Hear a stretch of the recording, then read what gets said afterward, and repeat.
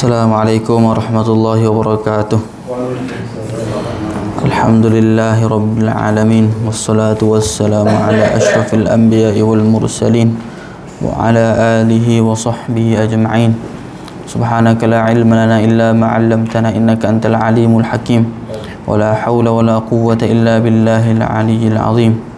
Qala rabbi shrah li sadri wa yassir li amri wahlul 'uqdatam min lisani yafqahu qawli. Amma ba'd. Alhamdulillah, syukur kita kehadrat Allah Subhanahu wa taala atas nikmat Allah Taala dan kurnia Allah Taala dapat lagi kita bersama pada malam ini. Dan kita masih lagi jangan lupa untuk kita berdoa kepada saudara kita yang diuji di Palestin, mana hari ini masuk hari ke-36 dah. Hari ke-36.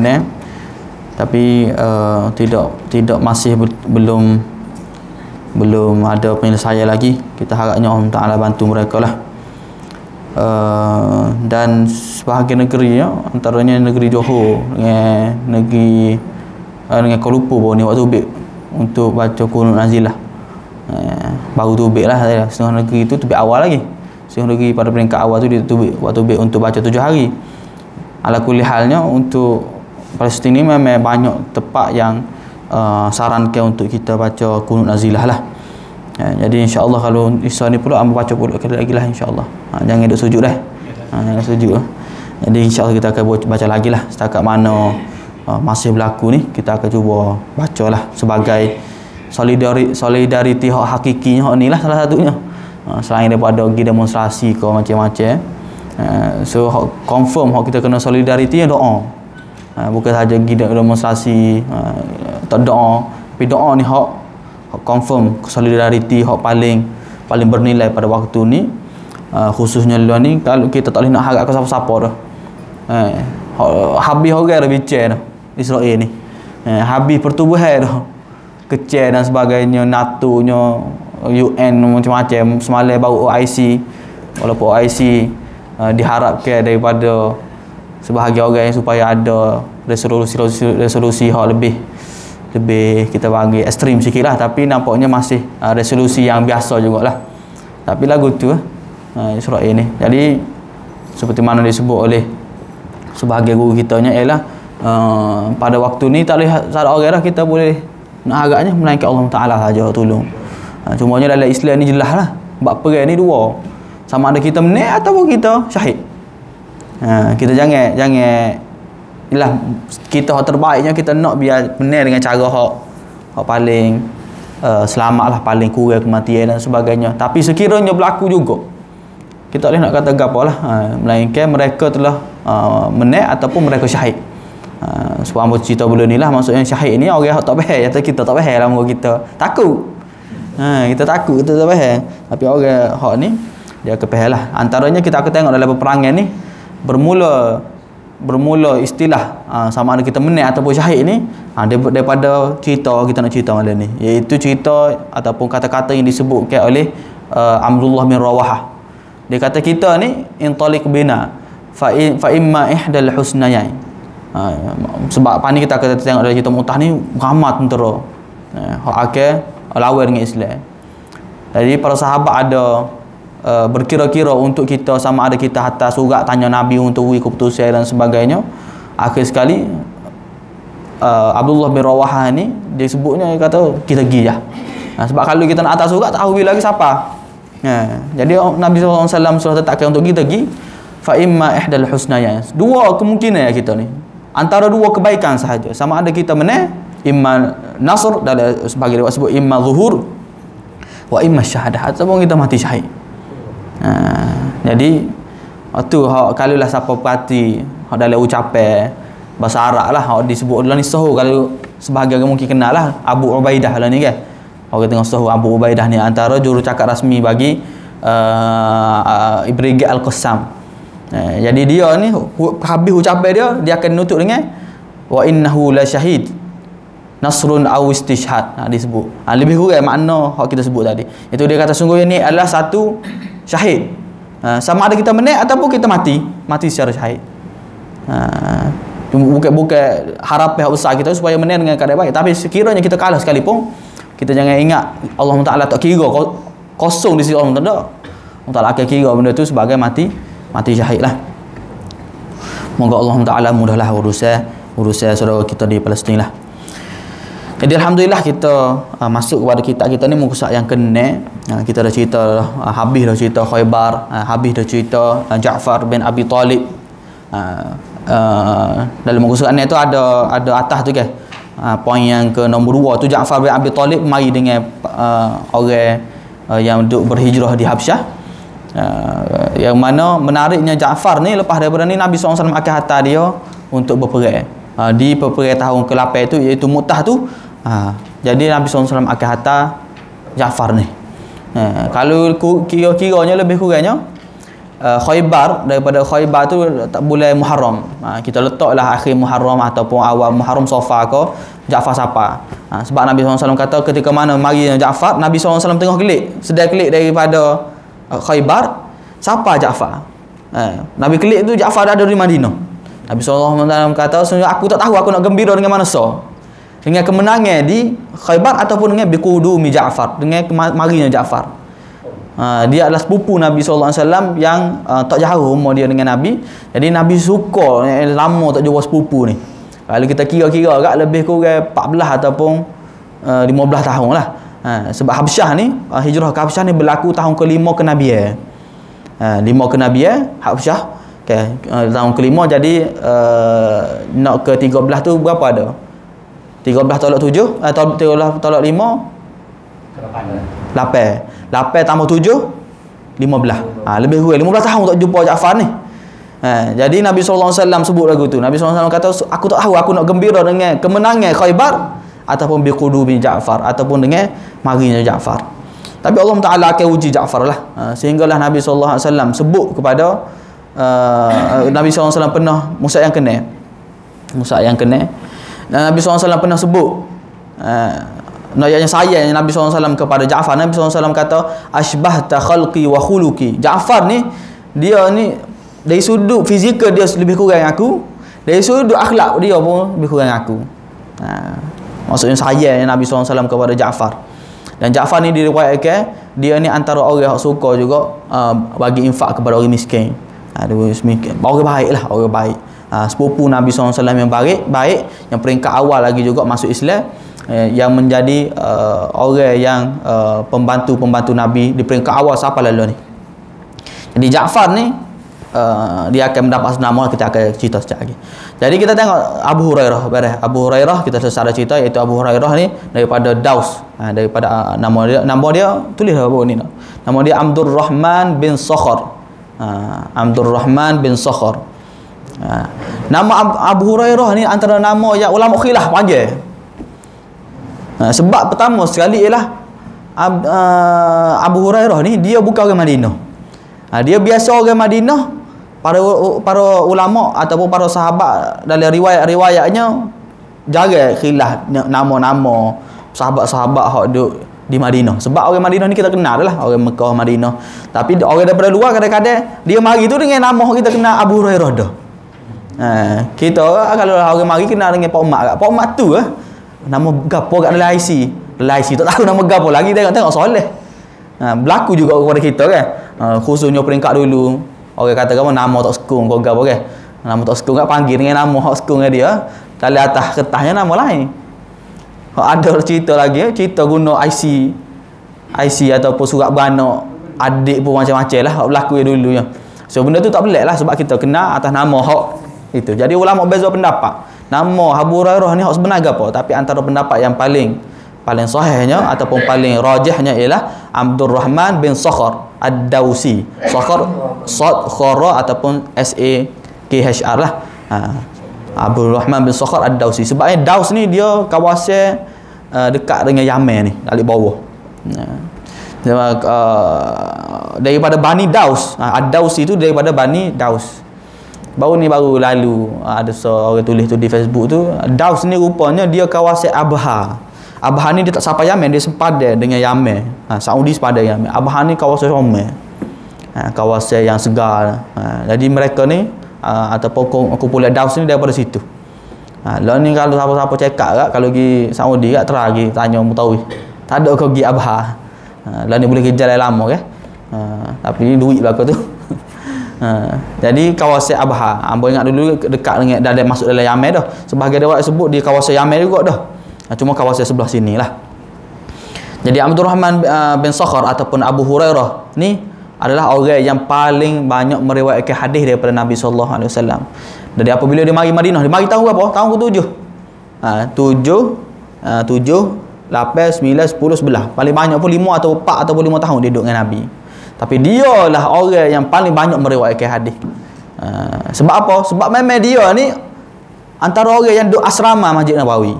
Kita letak asrama lah. Orang-orang miskin, kalau lah orang daripada luar tak ada duit ke gapo, dia ada bahagian belakang masjid ni. Maksud dan kita sebut dia macam bahagian luar pada masjid, tapi bahagian tempat tidur lah.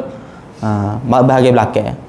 So ada Masjid Nabawi zaman dulu ni, dia depan ni dia buat atap kan, atap pelepah kemah lah. Lepas tu tengah tu dia kosong dulu. Pas belakang tu dia ada atap pula. Atap tu atap set-set kita panggil ahlus sufah. Ahli orang-orang miskin, dia tak ada tempat nak tidur, orang mari daripada luar apa dia duduk situ lah. Ahlus sufah ni antara orang yang dijaga oleh Nabi untuk belajar dengan Nabi. Salah seorangnya Abu Hurairah lah. Jadi Abu Hurairah ni dia je tak nolak gimana. Jadi dia nya ngaji dengan Nabi lah. Ngaji dengan Nabi SAW, sehingga dia menjadi orang yang paling banyak meriwayatkan hadis daripada Nabi SAW. Soalan yang mudah kali, bapa Abu Bakar tak menjadi orang yang paling riwayat hadis? Bapa Abu Bakar paling rapat dengan Nabi, tapi Abu Bakar ni tak sebanyak tu dia riwayat hadis. Salah satu sebab yang paling mudahnya ialah Abu Bakar ni dia bukan ustaz. Bukan dia ustaz. Dia profession dia hak utamanya ahli politik. Ramai mana ada orang hak ahli politik ataupun kita panggil ustaz-ustaz, ada daripada ustaz-ustaz kita pun sebelum daripada dia masuk politik, dia ngajar ni sedaklah ngajar dia masuk politik tak? Sibuk waktu cara kat orang ni, cara kat orang tu, tak ada nak mengajar. Dalam hadis ni dia panggil dia ada riwayat. Orang buat majlis riwayat dan sebagainya, orang pergi tanya. Jadi Abu Bakar ni dia orang politik. Cara kat tu, cara kat ni urusan negaranya, orang mari jumpanya. Maka sebab itulah orang Abu Bakar, Umar, riwayat dia tidak sebanyak daripada riwayat Abu Hurairah dan juga orang-orang yang ahli sufah betul-betul mewakafkan diri dia untuk mengajar sahaja. So tu antara perbezaan mudah dia lah. Walaupun 4 tahun, maka apabila ngaji sungguh, dia akan membuahkan hasil yang lebih daripada orang lain. Sebab itulah belajar ni dia sungguh tu yang penting. Masa ngaji dulu, masa kita baru nak sambung ngaji lah, ramai orang nak ngaji Madinah ke apa kan. Jadi ada seorang saya ni dia naklah ngaji Madinah, cuma orang tak bagi rezeki dia untuk ngaji Madinah. Siapalah apabila pergi jumpa dengan ustaz ni dia kata ngaji ni bukan pada tepat, pada sungguh. Duduk Madinah malah patutlah duduk Madinah kau duduk Mesir, tapi kalau malah patutlah. Sebab apa? Sebab orang berjaya ni adalah orang hak sungguh, bukan orang pandai. Orang pandai ramai mana terkecundang. Tapi orang hak sungguh, baca tugaknya goni, orang hak usaha. Ramai mana atas dunia orang tak labui rezeki. Sebab apa? Sebab usaha dia rajin, tapi malah duduk rumah ya. Tak jadi ambil ada CJ tapi tak kerja. Tak jadi. Kena kerja, kena gerak. Jadi begitu juga dalam belajar. Ada orang tu dia mungkin dia tidak kita tidak pandai sangat. So dia sungguh dah. So dia ambil makan masa lama. Lagu mana kalau orang pandai sungguh pula rajin. Pelik tak pelik apa? Tak pelik Abu Hurairah boleh menguasai banyak hadis dalam masa yang singkat. Dia duduk bersama dengan Nabi, dia mewakafkan diri dia untuk belajar, dia pun tak ada sibuk ke orang lain. Sebabnya kalau tak silapnya ada pernah orang tanya, bapa Abu Hurairah ni banyak hadis. Abu Hurairah kata sungguhnya orang Madinah ni dia ada kebun-kebun. Ada kebun nak go tu cara ke anak bini dan sebagainya. Dia nikah juga, cuma apa tak pasti masa ni dia nikah dah ke tak. Lepas ni dia kata aku tak ada apa satu aku mari tempat orang, duduk di masjid ngaji, tak ada. Tak ada mikir kau kebun, tak ada mikir kau tu, tak ada mikir kau ni, ngaji saja. Jadi gitulah, kadang-kadang ngaji luar ni lagi bagus. Orang ngaji anak kita kadang-kadang ngaji di Kelantan juga. Payah pak kelik-kelik. Faham tak kelik. Kalau ngaji luar tak tapi kena ngaji sungguh lah, ngaji luar pun jadi gitu. kaedah dalam belajar lah. So kita tak pelik pun Abu Hurairah dia ada mari daripada luar dan dia memang fokus untuk belajar. Bahkan dia ni antara juga Nabi SAW doa kepada dia. Pernah sekali Nabi SAW buka baju, Nabi SAW kerana cerita dia tengok yang pentingnya Nabi SAW masuk ke gupar baju tu dan dia letak di dada Abu Hurairah kata silap. Abu Hurairah kata lepas daripada tu aku apabila Nabi SAW sebut aku tak pernah lupa. Nabi SAW sebut apa aku tak lupa. Sebab itulah kita akan tengok banyak riwayat Abu Hurairah. Jadi kalau lepas daripada ni kita jumpa hadis daripada Abu Hurairah kita tak pelik lah. Abu Hurairah, Abu Hurairah, mentah-mentah Abu Hurairah. Sehingga dia nya riwayat banyak hadis. Kalau tak silapnya 5,000 hadis.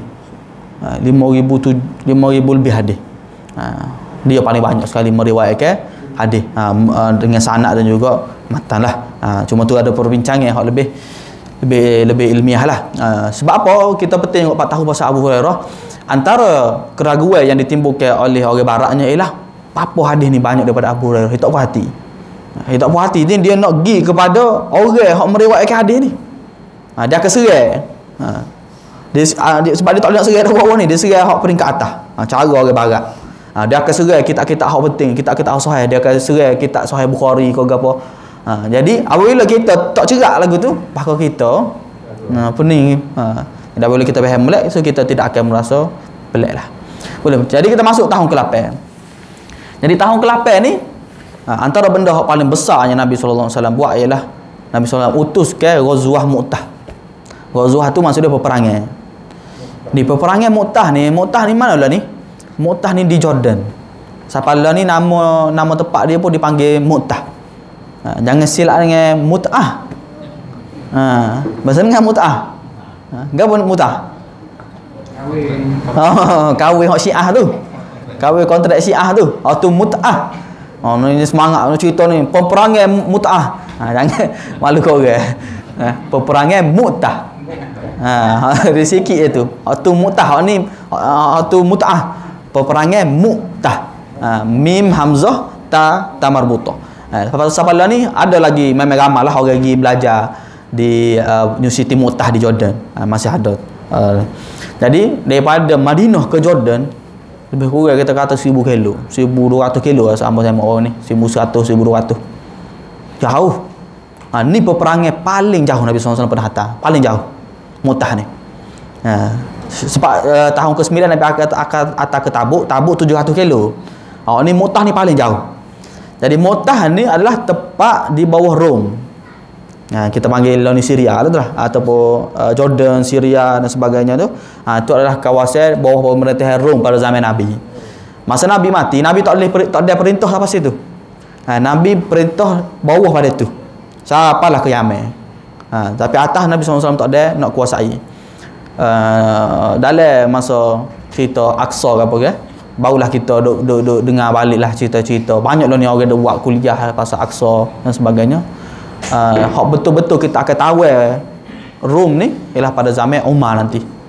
Jadi lepas daripada kita hantar ke Mu'tah ni banyak misi-misi yang dihantar oleh Nabi. Nabi SAW hantar tentera untuk nak pergi takluk Mu'tah. Siapa lah lepas daripada ni ada zaman Abu Bakar dan sebagainya, tak berjaya lagi lah, tak berjaya sepenuhnya. Siapa lah zaman Umar. Jadi zaman Umar ni Umar sendiri hak pergi menerima anak kecil Masjid Aqsa dengan cara tidak perai pun. Zaman Umar barulah dibuka. Nabi SAW sendiri dia usaha beberapa kali lah. Ada beberapa kali Nabi SAW buat untuk nak pergi menguasai Al-Aqsa, ataupun secara umumnya ialah kawasan kita panggil sebagai Syam ni, peringkat atas ni kan. Jadi berapa boleh berlaku Mu'tah?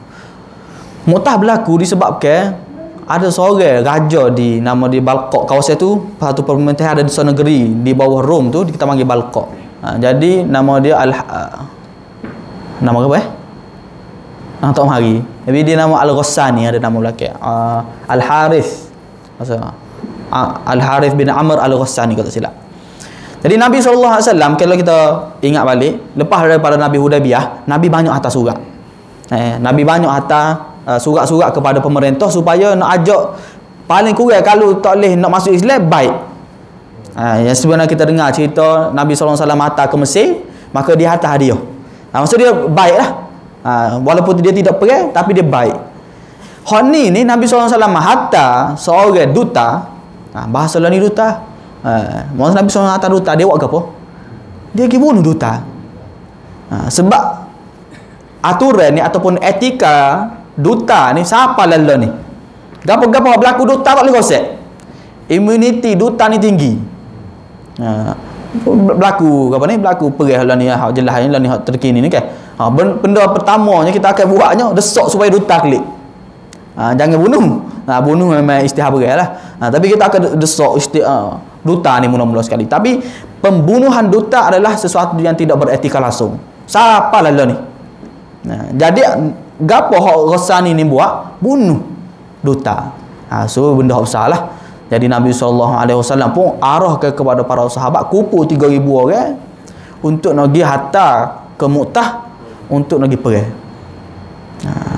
Jadi Nabi tak pernah hantar dalam satu perang. Nabi sebut ketua ramai. Kadang-kadang Nabi latih seorang. Dalam ada ekspedisi kecil kan Nabi latih dia ni. Antaranya Nabi pernah latih Zaid bin Harithah ke apa. Hak ni Nabi SAW sebut 3 orang. Nabi SAW kata yang akan menjadi ketua kamu ialah Zaid bin Harithah. Siapa Zaid bin Harithah? Siapa Zaid bin Harithah? Anak akak Nabi. Dalam kurungnya anak jantan Nabi lah. Kita sebut sama oleh benda tu supaya kita faham bahawa hubungan Nabi dengan Zaid ni dekat. Ibarat anak Nabi lah. Dan kita sebut juga ialah Zaid Nabi SAW tak manja anak jantan dia. Anak jantan ni nak pergi perang. Boleh perang lah. Perang dalam geng boleh lagi tak? Hak tu pun kalah. Jadi Nabi SAW hantar Zaid untuk dalam banyak peperangan. Hak ni pun Nabi SAW buat pala dia Zaid. Pala nombor satunya Zaid. Nabi SAW kata kalau mati Zaid, ganti dengan Ja'far bin Abi Talib. Kalau mati Ja'far, ganti dengan Abdullah bin Rawahah. Nama dia Abdullah bin Rawahah. Jadi Ja'far ni dia tak puas hati. Apabila Nabi SAW sebut nama Zaid, Ja'far kata, aku tak boleh lah. Apa kita nak latih Zaidnya? Para ulama sebutnya sebab apa? Sebab pertama sekali Ja'far ni lama dah tak duduk dengan Nabi. Mungkin dia kenal Zaid tu masa zaman dulu lah. Zaid pada waktu sebut ke apa? Hamba. Jadi kasta tu, mentaliti kasta tu kuat jugalah. Supaya maksudnya pemikiran Ja'far ni supaya kalaulah kita atas, kalau kita lantik orang Quraisy ke apa, orang percayalah gitulah lebih kurang. Tapi Nabi SAW kata imdi, teruskan sahaja, mu tak tahu mana lebih baik kepada kamu. Barulah Ja'far terima sajalah. Yang pentingnya tapi para ulama jawabnya sebenarnya dalam masa kehidupan Nabi ni beberapa ekspedisi dah Nabi SAW hantar Zaid.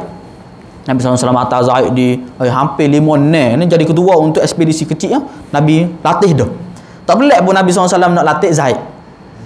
Dan nak menunjukkan hamba ni boleh jadi ketua. Hamba ni boleh jadi ketua. Hamba sekalipun walaupun dia, kalau kita kata tak ada peringkat kasta pun, kita kata kalau lah ni orang yang T20 B40 ke apa saya also M40 M20 ke apa. Yang pentingnya ada orang hak miskin. Dia bukan syarat untuk kita jadi hina dengan sebab kita miskin, dengan kasta tu dengan sebab kita hina. Kalau kita ada kelayakan, kita layak dengan syarat kita usaha dan sebagainya.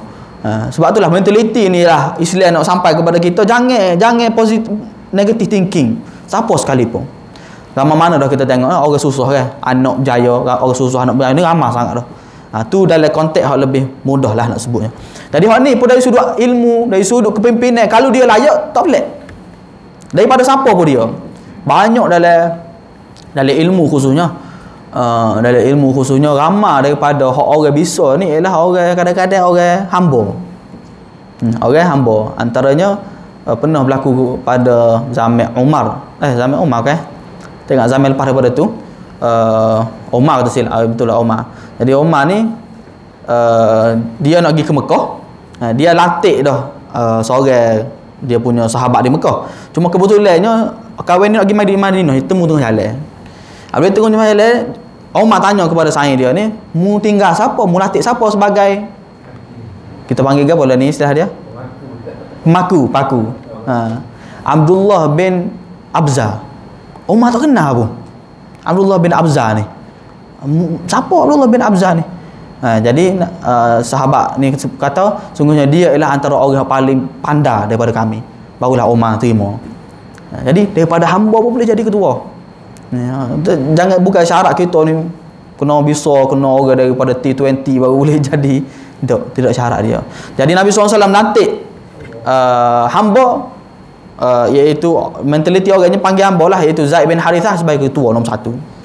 Yang keduanya Ja'far bin Abi Talib. Kita cerita tadi lah, iaitu sepupu Nabi SAW, adik-beradik dengan Ali. Ali bin Abi Talib. Siapa lagi adik Abi Talib?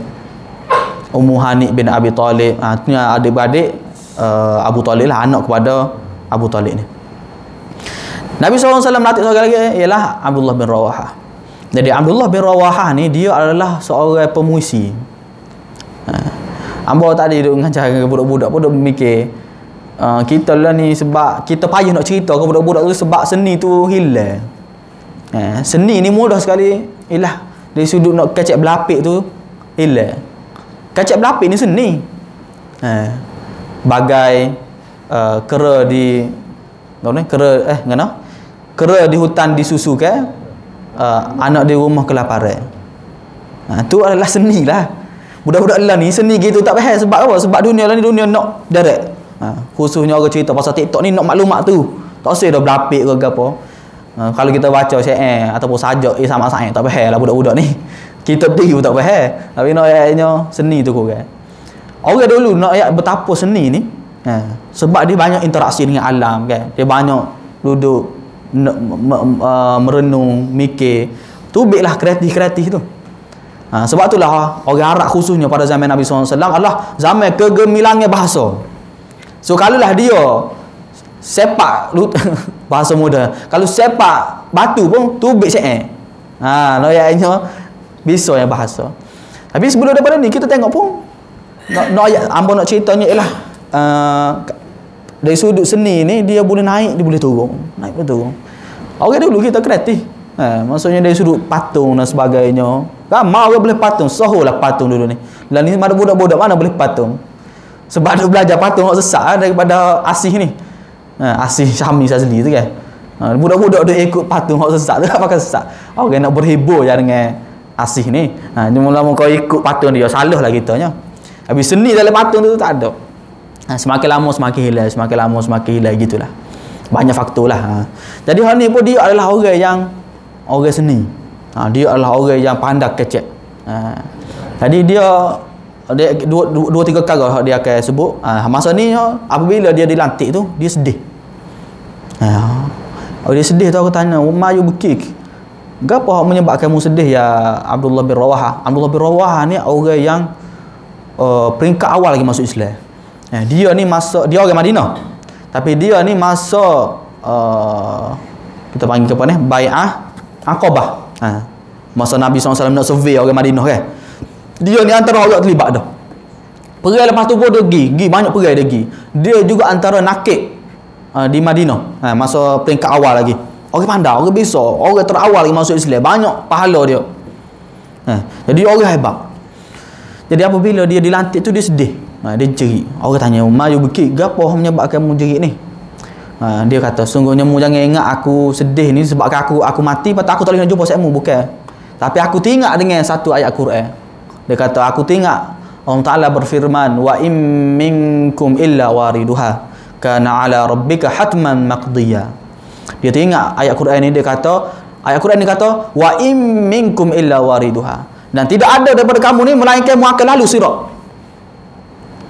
Masalahnya aku tak tahu adakah aku lepas sirat ataupun tidak. Dia ni orang banyak amalan dah ni. Orang hebat. Tak confirm lagi. Sedih sebab tak tahu lepas ke dok syurga ni. Kita berat lagi kita. Tak jerit lagi tak tahu. Jadi dia sedih. Dia kata, sungguhnya aku tak tahu aku lepas kedok kana ala rabbika hatman maqdiya, sungguhnya apa yang Allah Taala nak maka benda tu akan jadi. Jadi dia berharapnya dia dikira sebagai orang yang akan lepas di sirat. Moga sirat ni semua akan lalu lah. Cuma kita tak tahu kita lepas atau tidak. Kalau tak lepas, jatuhlah apa neraka lah. Jadi dia ni antara orang yang kreatif lah. Dia lah hamba sebut tadi. Dia akan sebut kita ni sama dua, iaitu imma nasrun ataupun zuhur, awis syahadah ataupun kita akan mati syahid. Dia dulu 3 perkara. Dalam duduk masa perang tu dia duduk monolog. Bahasa kita kan, bahasa moden kita panggil monolog. Monolog ni ada monolog hak ini, ada monolog hak dia sebut lah. Duduk main dalam hati, ada orang cerita. Cuma hak ni orang dengar, dia duduk kecek suara dia. Dia duduk kecek. Masa duduk tengah perang tu, sebab dia antara hak terakhir. Zaid akan mati dulu, kemudian Ja'far, kemudian dia. Masa dia nak perang tu, dia merasa takut. Mari perasaan. Jadi apabila mari perasaan, dia kata, dia duduk kacang dia, wahai jiwa, kalaulah mu tidak terbunuh, maka mu akan mati juga. Akhir sekali dia turun dan juga dia akhirnya meninggal juga lah. Hebatnya orang ataupun sahabat Nabi, tidak kita tak pernah jumpa. Hebat setara mana pun tak boleh lawan hebatnya sahabat Nabi dari sudut fahamnya mereka mengenai agama. Hebat dari sudut perang dan semua tak boleh lawan mereka lah. Jadi para sahabatnya mendapat arahan daripada Nabi 3 orang. Sama ada Zaid, kalau Zaid mati terbunuh maka ganti dengan Ja'far. Kalulah Ja'far mati, ganti dengan Abdullah bin Rawahah. Nabi tak sebut orang seterusnya. Antara orang yang baru yang masuk Islam, Mu'allah baru masuk Islam. Siapa? Khalid bin Al-Walid baru je masuk Islam. Khalid kemungkinan kita kata lebih kurang 2-3 bulan baru masuk Islam. Nabi SAW sebut dah kepada Khalid dalam surah Nabi SAW tinggal kepada Khalid yang dia kata, sekiranya masuk Islam kami akan letak mu depan. Ni salah satu peperangan yang Allah Ta'ala atur supaya orang latih Khalid, orang nampak kelebihan Khalid. Sebab para ulama sebut kalulah Nabi latih terus, nampak pelik lah tiba-tiba masuk Islam kat, latih lalu takut timbul isu dan sebagainya. Tapi nak ayatnya Khalid ni memang orang tahu dah, orang Islam pun tahu dia bisa, dan orang kafir pun tahu dia bisa. Jadi barulah lepas daripada tu para orang Islam apabila mati 3 orang tu, orang akan latih Khalid bin Al-Walid. Selepas daripada tu mulalah kehebatan dia tu terselah dan dia akan masuk kepada peperangan lah. Jadi masa Nabi SAW hantar mereka gerak pergi, sapalah satu tempat nama dia Ma'an. Ma'an ni dalam 100 kilo lagi nak sampai di Mu'tah. Kita tak tahu berapa orang tentera ni. Jadi apabila sampai tu pergi risik-risiknya, kita 3,000 orang. Tengok-tengok tentera ni 100,000 daripada Rom, 100,000 daripada Kristian Ghassani kalau tak silap. 200,000. Kalau nisbahnya seorang tu 70 orang kena lawan. Para sahabat bermalai pada malam tu bincang lagu mana kita ni. Tak gerak kata nak pergi nak tegak ni, tak gerak ni. 1 lawan 7 ni. Bincang lagu mana. Antaranya caranya kita pergi teratas surat lah kepada Nabi SAW. Atas surat lagu mana 1000 kilo ni. Atas tu tahu bila siapa pula ya. Kalau lah kita kata paling terik 7 hari. Pergi saja. Nak mari mula surat.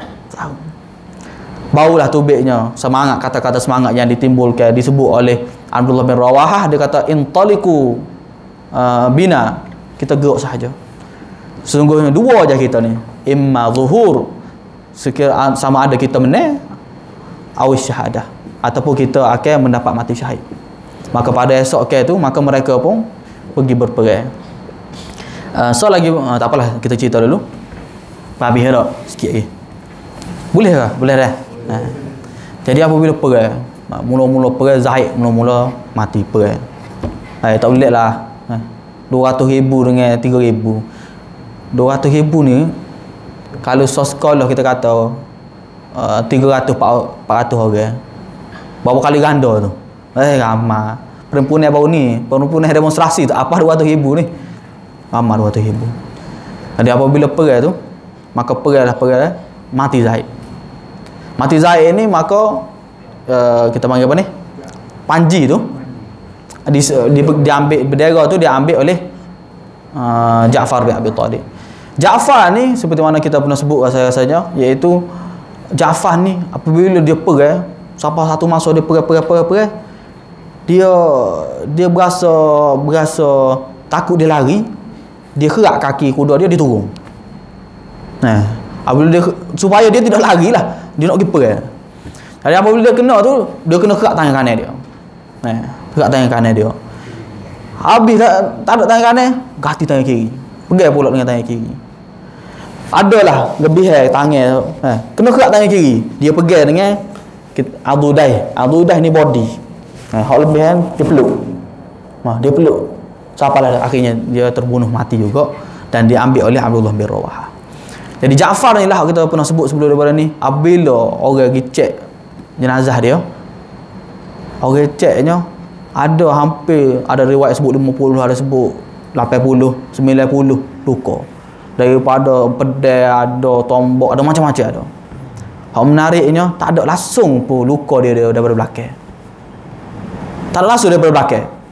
Maksudnya apa? Dia tak benar masa dia perang tu, dia terajir bundur sikit rambut. Pergi lah. Perang juga, perang. Ayatnya berani para sahabat radhiyallahu ta'ala anhum. Dan dia lah akan, Nabi SAW kata, dia akan mendapat 2 sayap. Dia di syurga nanti. Dia panggil Ja'far At-Tayyar. Tayyar ni terbang. Jadi dalam syurga mana dia akan boleh terbang. Kita nak terbang kot kau. Lagi Palestin kita ya, ambil tiket Jadi dia Nabi SAW dengan Madinah jauh kan. Nabi SAW buat live masa perang ni. Allah Ta'ala beri mukjizat kepada Nabi pada waktu tersebut. Nabi boleh nampak. Nabi cerita kepada para sahabat, sungguhnya telah mati Zaid. Minta ampunlah kepada Allah, istighfarlah kepada Allah untuk Zaid. Maka para sahabat pun, Nabi SAW cerita dalam keadaan menangis. Nabi SAW, Zaid ni anak jantan Nabi lah, mati. Kemudian Nabi SAW kata, minta ampun kepada Zaid, mohon keampunan kepada Zaid. Mati pula Ja'far bin Abi Talib. Nabi SAW kata mati, mintalah keampunan kepada Ja'far. Kemudian barulah Abdullah bin Rawahah, begitu juga mati dia. Yang mana Abdullah bin Rawahah lepas daripada Abdullah bin Rawahah tu, Nabi SAW kata sungguhnya panji sekarang ni akan diambil oleh pedang daripada pedang-pedang Allah Subhanahu. Jadi daripada sinilah para sebagai sahabat sebut, daripada sinilah bermulanya gelaran Khalid Al-Walid mendapat gelaran Saifullah Al-Maslul, pedang Allah yang terhunus, dan dia tidak akan pernah mati dalam peperangan. Khalid ni mati ke mana? Mati sakit perut, mabtun. Sakit perut. Tapi dia dikira sebagai syahid juga, sebab mabtun antara dipanggil syahid akhirat. Kemudian ni disebabkan dia pedang Allah, tak boleh matilah dia nya. Akhirnya dia mati dengan secara biasa sahaja. Akhirnya lepas daripada tu para sahabat setuju untuk latih Khalid. Gapo Khalid buat? Khalid buat gapo? Sebab tu kita kena betul cara fikir kita dari sudut peperangan. Kadang-kadang kita fikir perang mesti balah mati gitu dah. Ada kita kalah. Kemudian dalam peperangan Mu'tah ni pula kita kalah di Uhud kan. Kemudian ni lagu mana berlaku? Hak berlakunya Khalid pada waktu malam tersebut dia kata kita tak akan menang ni, dengan jumlah setara ni kita tak akan menang. Walaupun gitu, tentera kafir ni tahu dah orang Islam ni kalau perang memang gila-gila. Sebab hak matinya 12 orang je. Hak mati 12 orang. Saat dia mati tak ada dalam riwayat, tapi secara zahirnya para ulama sebut ramai, kemungkinan ramai. Jadi plan yang dibuat oleh Khalid kata gini. Pagi bermula pada malam ni, nak wallah alam malam ataupun nak start daripada pagi tu, kita punya kuda buat kuat biar debu naik. Biar debu naik noyaknya seolah-olah ada bantuan daripada luar. Untuk esoknya hari kedua lah, siapa dia pergi, siapa lah dekat dengan malam tu, adat dulu memang malam dia tak akan pergi lah, dia akan basuh. Jadi yang keduanya ialah orang duduk alik kanan, kita tukar alik kiri. Orang alik kiri duduk alik kanan. Orang ada depan, kita tukar belakang. Biar musuh tengok, dia tengok muka baru belaka. Biar dia ingat bahawa kita ni mendapat bantuan. So apabila perang tu nampak macam ramai.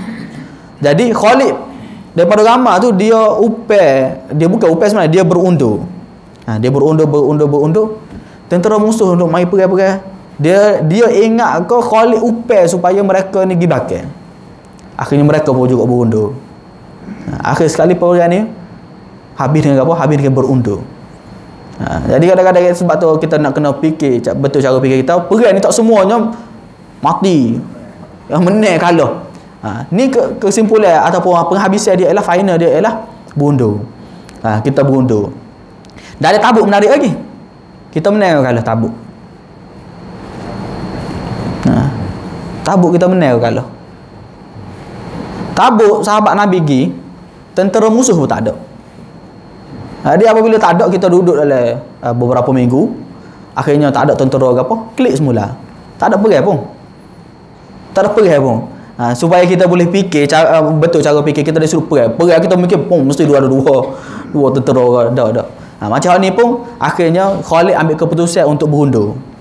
Apabila balik di Madinah, sebahagian orang duk kecek lah, apa ni semua lari kau daripada peperangan. Nabi SAW kata sungguh mereka tidak lari, tapi mereka akan kurar. Cuma kurar ni apa cari ni tak jumpa maksud dia. Kemungkinannya akan berulang lagi. Wallahu alam, kemungkinan maksud dia kita akan pergi lagi. Ni adalah hanyalah pengunduran sahaja, kita akan pergi lagi. Strategi. So akhirnya bermula daripada tu barulah orang nampak bersinarnya kehebatan Khalid, dan Khalid akan seterusnya jadi banyak jadi menyinarlah dia punya kebolehan dia, dan dia akan menyertai banyak peperangan sehinggalah nanti dia akan bunuh Musailimah Al-Kadzdzab lepas daripada ni. Dalam peperangan zaman Abu Bakar banyak peperangan lah. Dia akan jadi ketua peperangan, Khalid bin Al-Walid. Jadi akhir sekali peperangan ni berakhir dengan kematian orang yang Nabi SAW sayang, iaitu selain daripada Zaid juga Nabi SAW sayang kepada Ja'far. Jadi apabila Ja'far mati, maka Nabi SAW pesan kepada para sahabat, isna'u li ali Ja'farin ta'ama faqad atahum ma yushghiluhum. Buatlah makanan kepada keluarga Ja'far, kerana telah mari kepada mereka apa yang menyibukkan mereka, kesedihan lah. Sebab hamba sebut pada minggu lepas, iaitu hak paling sunat terbaiknya ialah disuruh buat makan kepada orang mati ni orang luar, supaya dia sendiri pun tidak sibuk. Adalah dia tipu musibah dah, mikir nak makan gapo pula, sibuk juga oleh ni contoh. Duit pula dan sebagainya. Kalau boleh usaha di peringkat masjid ke, tu kita usaha di peringkat khairat kematian pun satu usaha yang baik lah. Cuma kalau boleh usaha dia suruh makan, kita buat makan tu paling terbaik. Cumanya benda tu perlu kepada perbincangan yang lebih ni lah. Sebab sudah jadi tradisi lah. Dan mereka buat tu kadang-kadang dia niat sedekah kepada si mati ke apa, ikut dia lah. Yang pentingnya yang paling terbaik kalau kita boleh buatnya, kalau buat makan sekali pun buat makan orang luar buat makan, berdasarkan apa berlaku kepada Ja'far bin Abi Talib. Jadi itu antara kesudahan yang berlaku dalam peperangan Mu'tah. Selepas daripada kita tengok Ghazwah Zat As-Salasil ni tidak panjang sangat cerita dia. Kemudian kita akan tengok dalam seterusnya ialah pembukaan kota Mekah. Pembukaan kota Mekah ni yang paling penting dalam sejarah hidup Nabi SAW, yang mana akhir sekali inilah yang menyebabkan Islam mula ramai. Tentera yang hadir, yang menyertai, bukan kita boleh kira sebagai tentera lah, bukan ni berapa orang, 10,000 tak silap tentera dalam Fatuh Khaybar, Fatuh Mekah. So ramai Nabi SAW masuk ketika mana kota Mekah. Kemudian ada kelahiran Ibrahim anak Nabi SAW, kewafatan Zainab anak Nabi SAW, cucu Nabi anak Nabi Ibrahim kan, Zainab pun wafat. Kemudian akan ada peperangan Hunain dan juga peperangan Taif. Ini berlaku sejurus daripada kota Mekah. Kita akan tengok beberapa perkara yang menarik insya-Allah Subhanahu wa taala. Jadi sekali lagi hamba sebut, iaitu dalam Isra ni insya-Allah hamba akan baca Qul Nazilah lah dalam rakaat terakhir, sebagai solidariti kita kepada saudara kita yang diuji di Palestin. Selagi mana tak berakhir itu kita disunatlah, sunat lebih-lebih lagi apabila ada saranan daripada pihak KJN-nya untuk buat, maka lebih-lebih lagi kita sunat untuk buat lah. Yang paling terbaiknya ialah untuk buat setiap waktu. 5 waktu tu Nabi SAW ketika mana Bi'ru Ma'unah, Nabi buat 5 waktu. hampir sebulan Nabi buat 5 waktu. Doa kepada saudara sahabat Nabi yang terbunuh dalam Bi'r Ma'unah. Jadi kita pun setakat mana kita boleh buat, kita cuba buat supaya orang terdedah lah kepada kunut nazilah. Orang tahu bahawa kalau lah berlaku apa-apa kita kena buat kunut nazilah. Paling tidak ada adik-adik kita baru ada ni kan, dia tahu ada rupanya kunut masa Isa, sekali kunut subuh lah, kunut Isa paling kunut dah. Rakaat keempat tu dek jangan sujud. Ya boleh. A'udzubillahi minasyaitonir rajim. Bismillahirrahmanirrahim. اللهم اجعل جمعنا هذا جمعا مرحوما وتفرقنا من بعده تفرقا معصوما. اللهم انصر الإسلام والمسلمين. اللهم انصر المسلمين المجاهدين في فلسطين. اللهم انصر المسلمين المستضعفين في فلسطين. اللهم ثبتهم يا رب العالمين. اللهم وحد صفوفهم يا رب العالمين. اللهم عليك بأعدائهم. اللهم عليك بالصحاية اليهود الغاصبين المجرمين يا رب العالمين. اللهم عليك بهم فإنهم لا يعجزون يا جبار السماوات والأرضين. وصلى الله على نبينا محمد وعلى آله وصحبه أجمعين والحمد لله رب العالمين.